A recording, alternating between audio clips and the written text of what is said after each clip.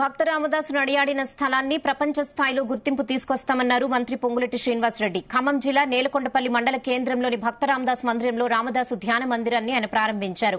Bhakta Ramadasu auditorium ప్రారంభించడం తన అదృష్టమన్నారు.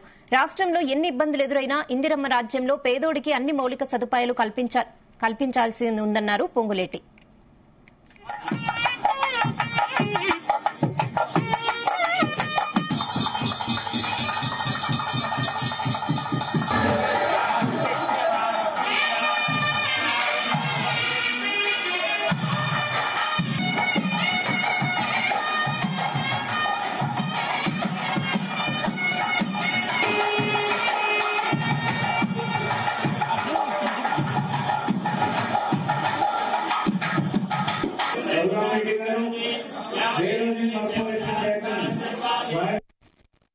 రామదాస్ గారు పుట్టిన స్థలంలో ఒక అద్భుతమైన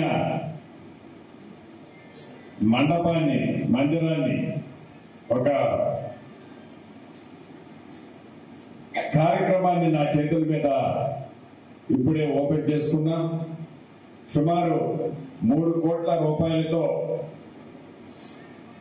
అన్ని వసతులతో ఆనాడు రామదాస్ గారు శ్రీరామచంద్రులకి సీతమ్మ వారికి ఏవైతే సేవలు చేసిన ప్రతి విషయాన్ని కంటికి కొట్టొచ్చేటట్టు